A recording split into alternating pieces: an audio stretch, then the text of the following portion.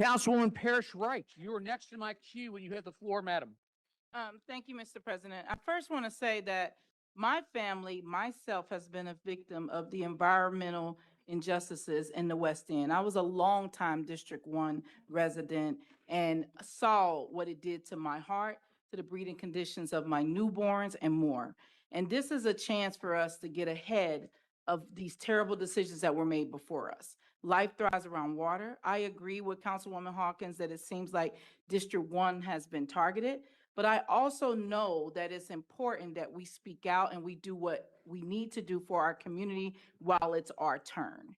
I don't take any of this lightly. I am highly disappointed that we couldn't get 1 year. I said before, I would have wanted 5 years. I don't think we're ready to make this decision. I don't think we have enough information, even the financial impact, or I'm not even thinking about financial benefits. We have enough in those communities that have already suffered from financial decisions. Data centers touch every aspect of foundational quality of life, especially in urban settings close to residential areas. That's near our water.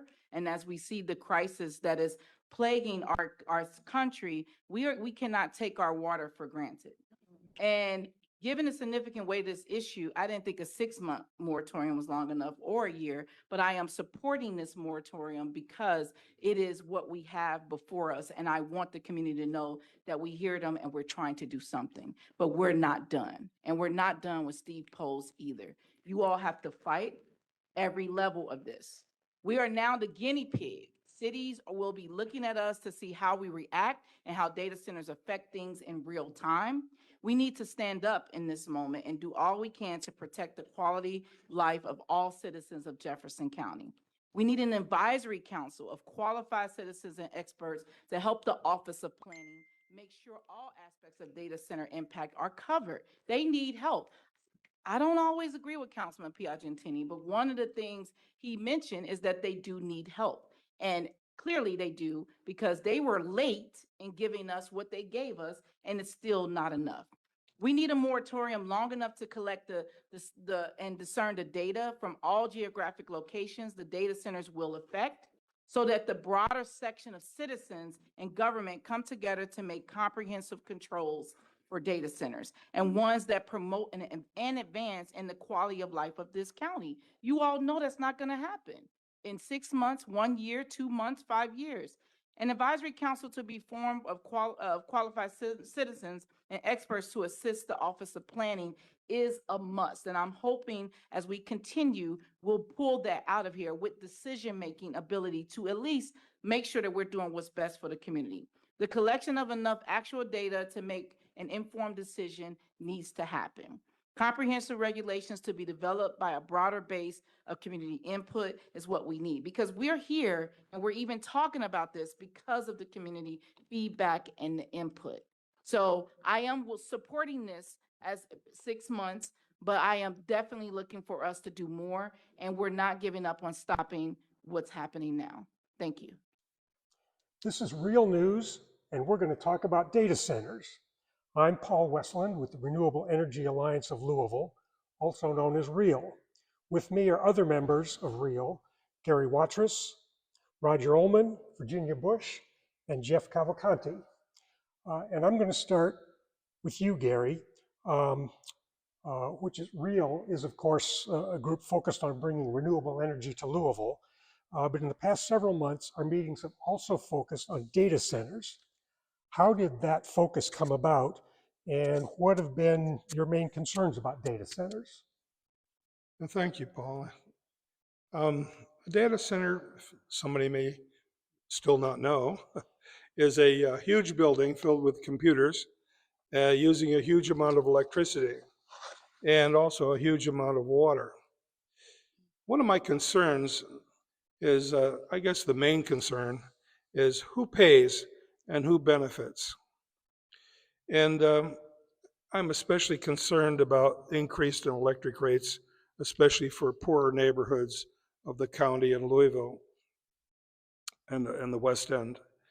One data center is already under construction in Louisville on Campground Road in the South End, which is a poor neighborhood. And in Kentucky, I read that there's already 30 communities that have banned data centers.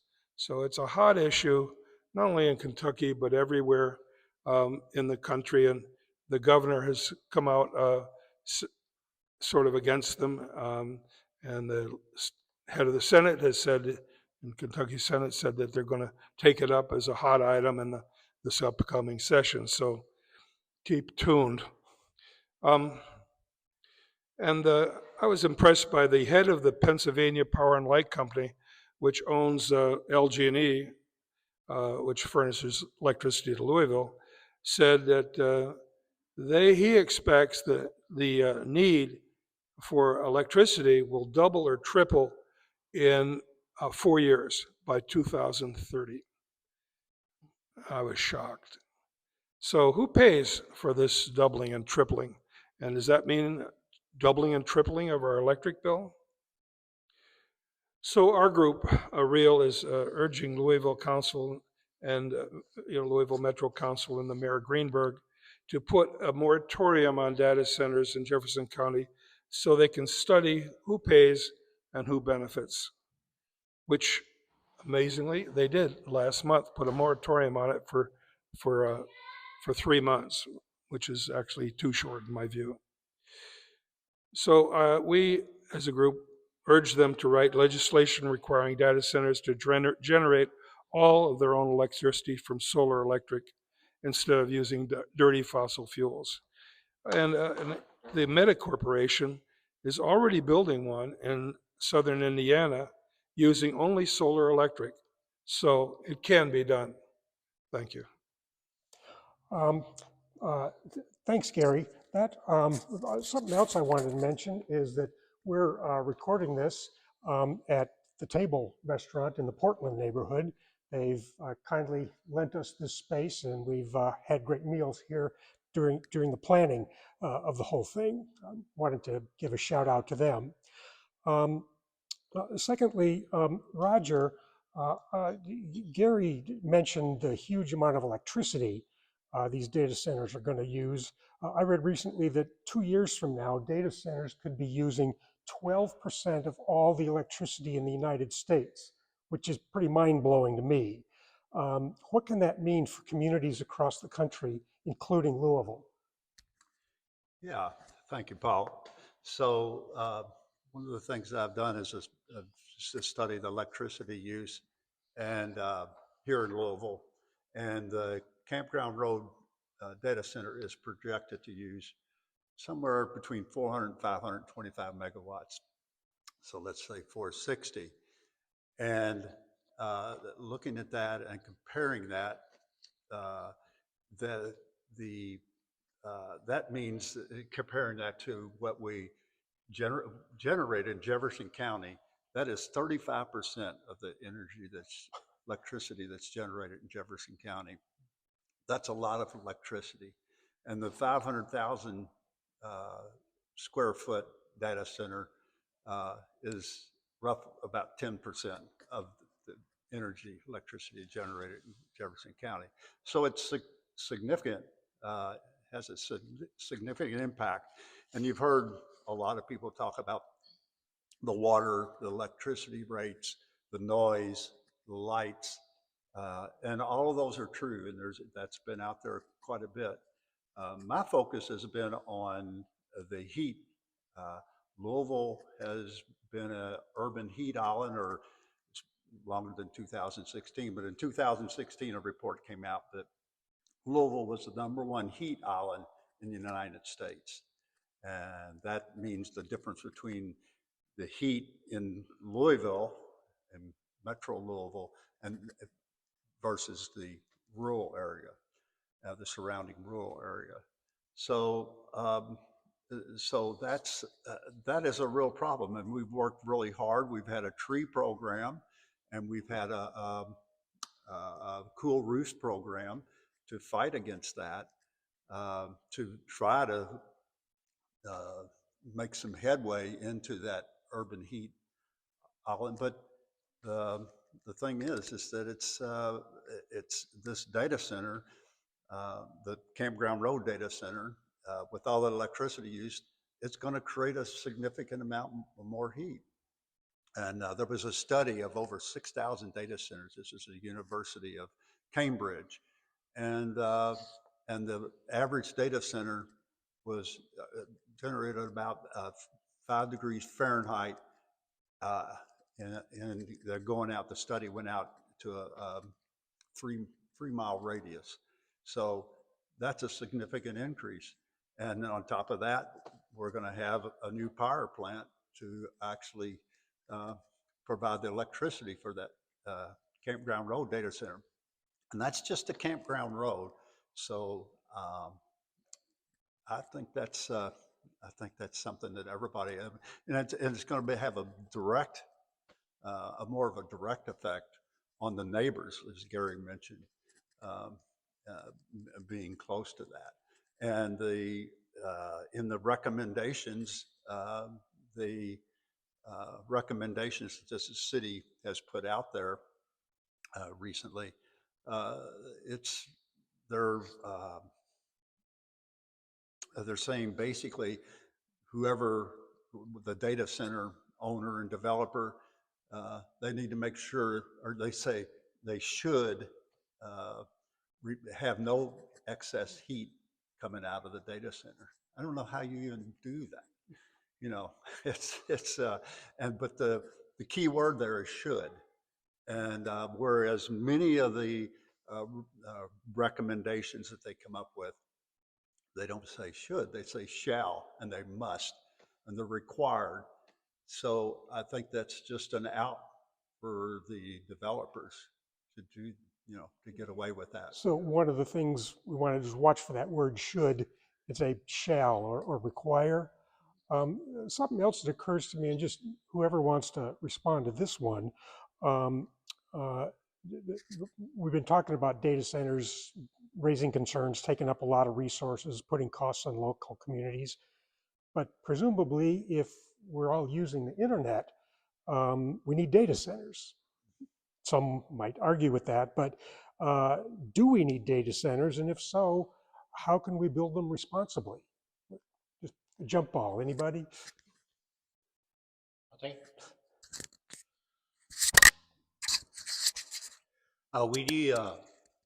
We do need AI. I mean, just walk down the street, see how many people are on their phone or going anywhere, see how many people are sitting there on their phone. That's all internet related, data center related. What we don't need is data centers to be created to market us, to interconnect us, so that if I order a pair of socks online, I'm not inundated with sock advertisements through the rest of my correspondence. Society has not made their mind up yet on the extent of things. Schools are limiting the use of phones by the students. There's a debate on how far AI needs to go. The first 4 AI platforms they brought up here recently have all gone rogue and hacked into other companies. So there's a lot of issues, but we do need AI. The advances in science, archaeology, and chemistry and everything just mandate it. So. Yeah, and Jeff, you or anybody else on whether we need them? Virginia? I would just say that there's a theory out there, and some might consider it a conspiracy theory, but I think it's going to be borne out, that the data centers, the hyperscale data centers, are going to have mixed use. And a lot of that use is going to be used by the military and also for surveillance purposes. So they can then claim that it's a security issue. So if you've got commercial uses and military and other surveillance uses all going on in the same facility, then all of a sudden it becomes a high security area. So I think that's a concern that a lot of people are really digging into right now. So yeah, Roger? Yes, I'll just briefly say that, yes, I think need is a strong word, but I think that data centers, as Jeff has pointed out, can provide a lot of good things. And the thing is, we need to do this responsibly. And that I think is that's not happening here in Louisville right now, or is it happening across the country? Jeff, you we're talking about kind of some of the things that need to be done. What is happening with data centers right now in Louisville in terms of how communities are the communities responding to them, and kind of add to that, what should the community be doing? Roger mentioned the shall versus must. So what is the status of the data centers now? I mean, if you look across the country, data centers have exploded into a national issue and are at the front of every election going across the country. We're unfortunate that we already have a hyper data center permitted in the county. So we're kind of the city that everybody's going to be looking at. Kentucky's credit for data centers is built on a tier system. So a county like Jefferson County that is high in population, if you can build a data center here, you get more credits going forward. So more credits for who? For the developer. Oh, okay. Okay, it gets more tax credits. Okay. Depending on how high the population is in the county where it's built. The scene here in Louisville, we have groups like the Renewable Energy Alliance, the Climate Action Network, who are trying to funnel models, resources, information to the mayor's administration and to Metro Council in terms of what is a good and reasonable model or revisions for the land development code. The Planning Commission is holding public hearings, and they just had their last one. I attended two of them. One was a 3-hour meeting of people speaking for 3 minutes, and the number one topic was the loopholes and the missing like the word shall and should elements in what's being provided. So, but then you have other groups in town who say the data centers will never be built, no matter what. So it's pretty volatile. There's actually a big meeting tonight about it.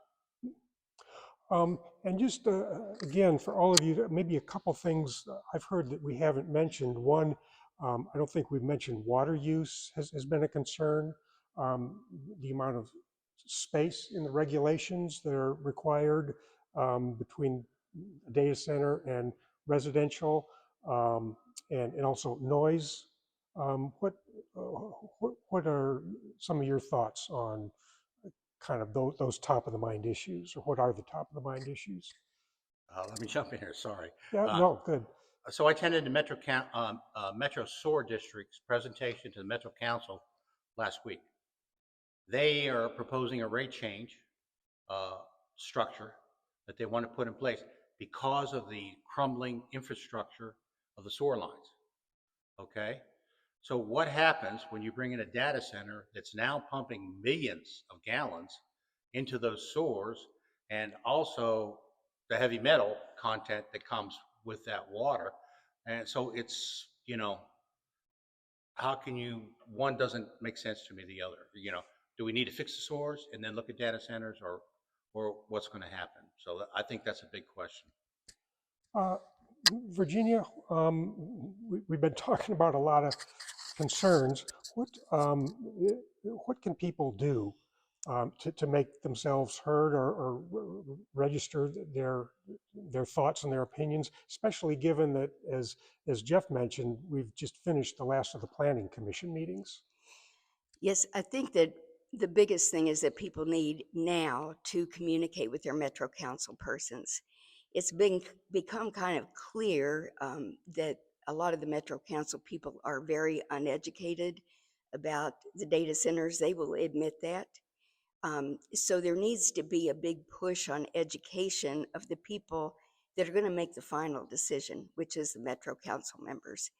So there's multiple ways to do that, and some efforts have already been made in that direction. One of the other real members, Roxanne Sturdivant and Wallace McMullen, another member, they have been in contact with every Metro Council person to discuss this. Some of them, they ended up meeting with a staff member instead, but they all know the importance of this. They know that it's going to affect the next elections. So, you know, it makes sense that we continue to educate Metro Council people. One of the things that was really amazing about the hearings, the recent hearings, compared to the first hearings, was that the number of people who have self-educated, who came up to speak, was amazing. It was really amazing. So people have spent their time educating themselves about this issue. And so I think that Metro Council and the mayor's office are acutely aware of that. You know, so I think that's one of the things that we need to continue to do. And there's multiple ways you can go to Metro Council meetings. You know, you can sign up to speak, you know, which a lot of people have done, and the hearings were an opportunity for, I don't know the total number of people that spoke, but I'm going to guess that it's in the range of 150 maybe. Yes, and I know I've signed up to speak at some of those, and it's pretty easy. They walk you through on the website, and you call them up, and they say, here's what you do, and here's how long you can talk, and it's very. It sounds scary, but it's not. It's a very comfortable sort of situation, I find, and I also find that the members of the council pay attention to people. They know that politics matters. They're politicians, so it is a way that people can talk to people who can make a difference. Roger, you were? Yeah, I just wanted to add briefly to what Virginia said. The Office of Planning still has a link that you can go on and submit comments to them about that. You know, I recommend, there's a lot of information about it. Get yourself educated a little bit, understand the issues, pick an issue that's important to you, and send in a comment to the Office of Planning. Is that through a city website of some sort? Yes. Yeah, it's the Office of Planning and Development, and they've got the website that is specific to data centers. So if you go to their site, choose data centers, and it's through Louisville ky.gov. So you can find it easily there. Another thing that I would just like to say is that a number of people who have reviewed the Kentucky Resources Council recommendations that were provided to the Office of Planning prior to any of their regulations being made, the public has read those recommendations, and they, to a large number, have said to the Planning Commission, you need to follow the KRC recommendations.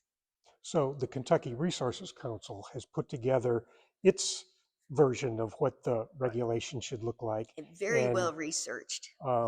And that's one of the things you could advocate for to your council member, to the Definitely, council, and we can have more responsible development of the data centers. If there's nothing else, thank you all very much. This has been great. Another thank you to the Table Restaurant here in the Portland neighborhood. And thanks to Gary, Roger, Virginia, and Jeff.